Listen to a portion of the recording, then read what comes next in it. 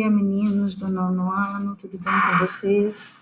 Agora a gente está de volta para continuar falando de reações químicas, que são aquelas transformações químicas onde você tem a produção de uma nova substância. Então, nós aprendemos a identificar o que é um reagente e o que é um produto numa equação química.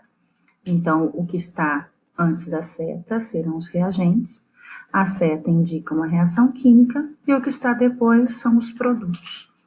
Mas não basta só isso, eu preciso entender as leis que organizam essas reações químicas.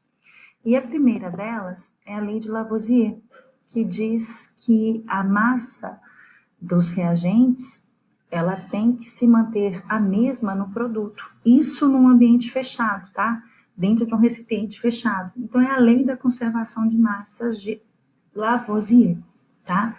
É importante que vocês entendam que a soma das massas das substâncias que reagem em um recipiente fechado deve ser igual à soma das massas dos produtos da reação. Então, presta bastante atenção aqui, por favor. Então, eu tenho ferro mais enxofre. Então, eles são os reagentes. Ah, mas como é que eu vou saber? Estão antes da seta.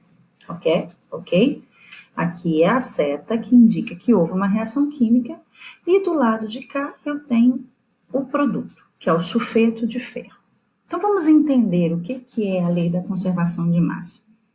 Eu tenho ferro no estado sólido, 12 gramas, ok? Ele vai reagir com 64 gramas do enxofre também no estado sólido. 12 mais 64 são 76. Lá no produto, eu tenho que ter também 76 gramas. Ah, mas não é mais nem ferro nem enxofre, é sulfeto de ferro, mas não importa. A massa dos reagentes ela tem que se manter a mesma no produto. Essa é a lei de Lavoisier, tá? E por isso que muita gente usa a lei de Lavoisier para usar aquela frase: na natureza nada se cria, nada se forma, tudo se transforma. Por quê? Porque os elementos eles não desaparecem, eles são rearranjados e se transformam em outros. Então, por isso é tão importante a gente entender a lei da conservação de massa postulada por Lavoisier. Note, preste bastante atenção, mas bastante atenção no que eu vou comentar aqui agora. Quando a gente vai analisar as massas dos reagentes e dos produtos nas reações químicas, o que levou, quando a gente vai observar isso, leva a gente a constatar que a massa dos elementos envolvidos após reagirem são sempre constantes.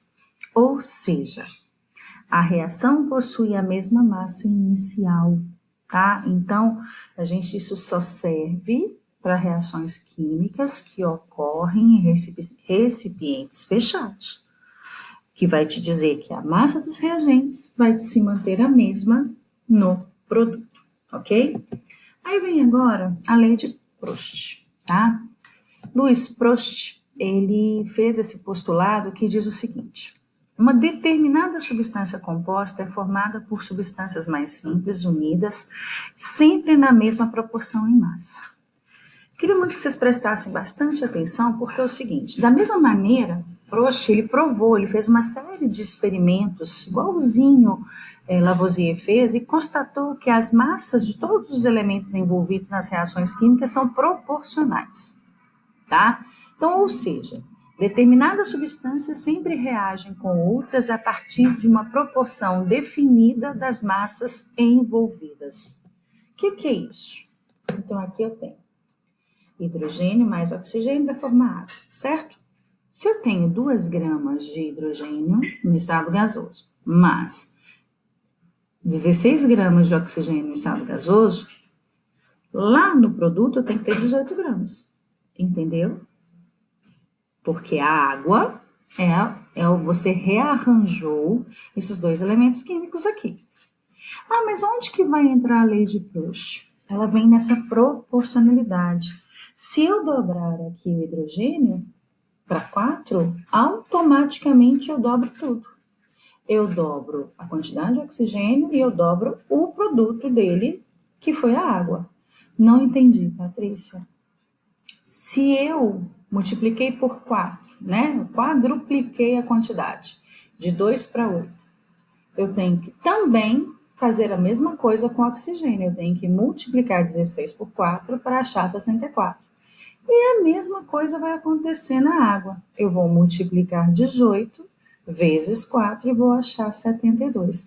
Então, a lei de Proust, ela está totalmente ligada à lei de Lavoisier, mas ele fala da proporcionalidade, tá? Então, se eu mexi aqui e dobrei, eu tenho que dobrar todo o resto, para que seja proporcional, ok?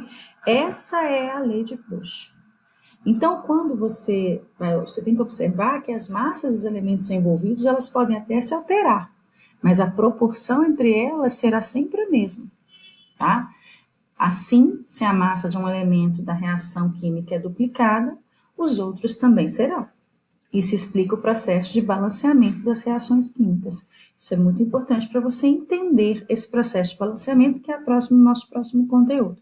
Então, deu para entender o que é a lei da conservação da massa de Lavoisier, que diz que a massa dos reagentes é a mesma do produto, e a lei de Proust, que fala da proporcionalidade entre os elementos. Então, se eu dobrei a quantidade de hidrogênio, automaticamente eu tenho que dobrar também a quantidade do oxigênio e, consequentemente, eu tenho que dobrar o produto. Isso serve para todos. Isso é que é a lei da proporcionalidade. Meus amores, tem que ler, tem que prestar atenção no que está no PET. Esse conteúdo ele vai depender muito da matemática. As atividades desse PET agora vai pedir para vocês fazerem cálculos de proporção. Então, tem que ficar ligado e tem que estar realmente interessado e querendo aprender, tá bom? Um beijo para vocês e até quarta-feira. Tchauzinho.